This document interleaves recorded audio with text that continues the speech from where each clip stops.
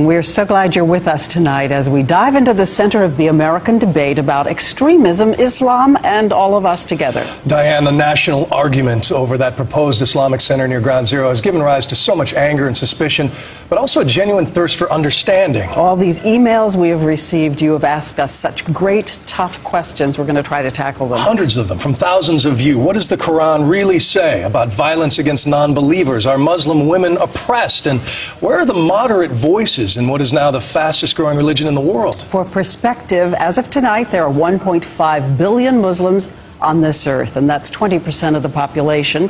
Christianity, still the largest religion, 33%. And that's certainly the case, of course, here in America. 165 million Protestants in this country, 68 million Catholics, only about 5 to 6 million Jews.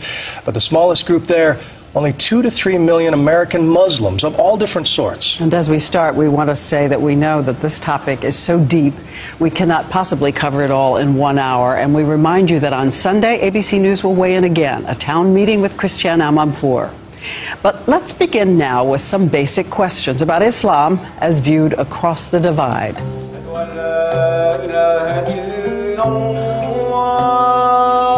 Americans disturbed by Islam. I think it's a fanatic religion. The main mission of them is to convert everybody to Islam, but I don't really know that much about it. American Muslims giving an answer. Get to know us. We're just like everybody else. Being a Muslim in America, in my opinion, doesn't make me any different than anyone else. I grew up in the United States. I've never, lived anywhere else. I don't know what other identity I could have. 110% American. But the fact is, nearly 3/4 of Americans say they don't really know anyone who's Muslim, nor have they asked what Islam really is. So we decided to begin with what Christians might call a Sunday school lesson. If you are from God, show us a miracle. What are ordinary Muslim children in America taught about the religion founded by Muhammad? He was a good person. He was an orphan and he helped other orphans. And he always prayed. But initially, his tribe was still worshiping stones and idols, while all around him, other tribes were already practicing Christians and Jews. And then in the year 610, Muhammad was meditating in a cave when he says he had a revelation. One God. The idea of an angel speaking to you is a monumental thing, and so he ran to his wife Khadija. And she was the first person who converted. She said, I believe in you. And that revelation is in the Quran. The word Quran means recitation or readings. And it may surprise a lot of people that the Quran is filled with stories we all know.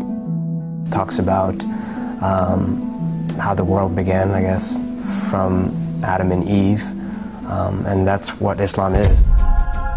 In the beginning, Adam and Eve.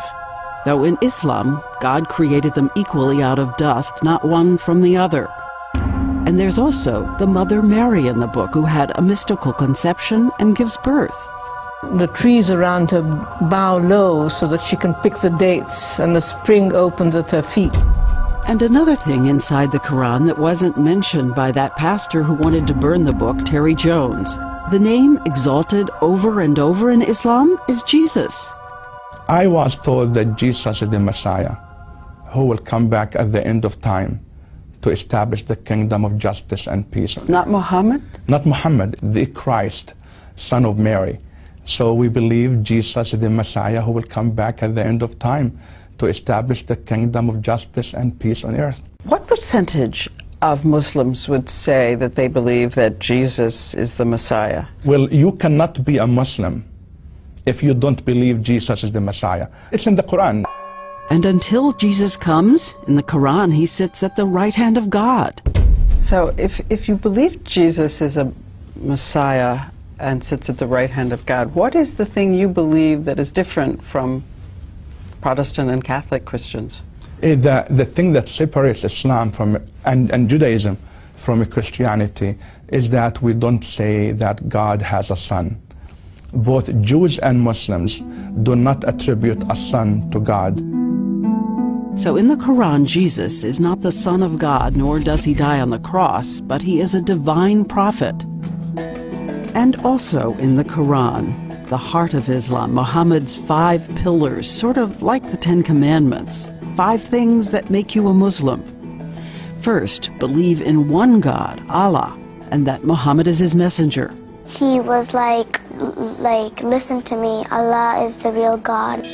And 2, fasting during the month of Ramadan. Don't eat for breakfast and lunch and snack. My parents don't let me fast, so I had to fast when I grow up, like 8.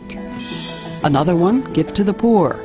Charity can also be the physical act of, giving some spare change to a homeless person. It could even be, removing a piece of glass from the road. A 4th, make a pilgrimage to the holy city Mecca, where Muhammad had his first revelation. And by the way, just as a lot of Christians can't always cite all of the 10 Commandments, not every Muslim can remember all 5 pillars. So far, we have 4. See, I'm caught on that last one. A 5th one, pray 5 times a day. God asked us to pray as much as we can. It could be 5, it could be 3, it could be more than 5 times. No, the reality is that the vast majority of Muslims in the United States are not mosque-attending kinds of Muslims, and that's okay. We were, the equivalent of Christmas and Easter Christians. And you should know in Islam there are no drawings of Muhammad, because he said that images might become idol worship again.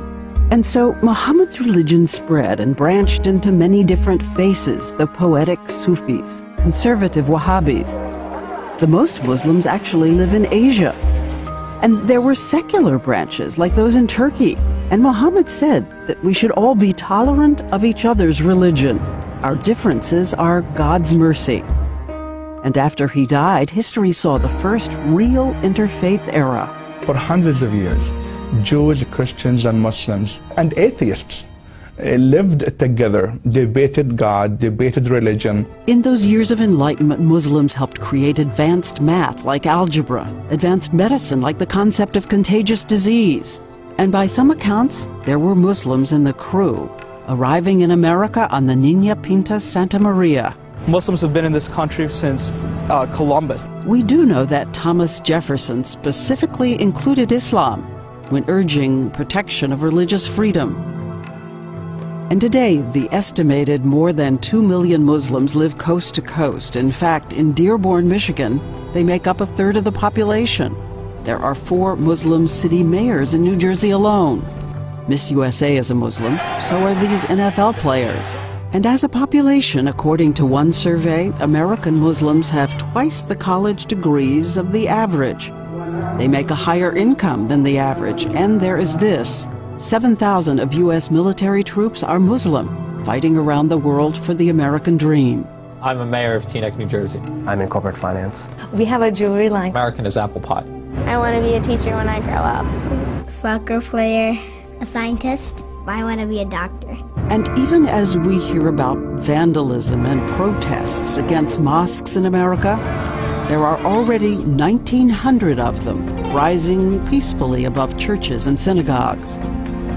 A beautiful new mosque is being built in my hometown, Louisville. It's all built by the people of Louisville. This is physician Dr. Ammar Al-Masaki. We need to give back. So, hundreds of millions of peaceful Muslims say this is the real face of Islam.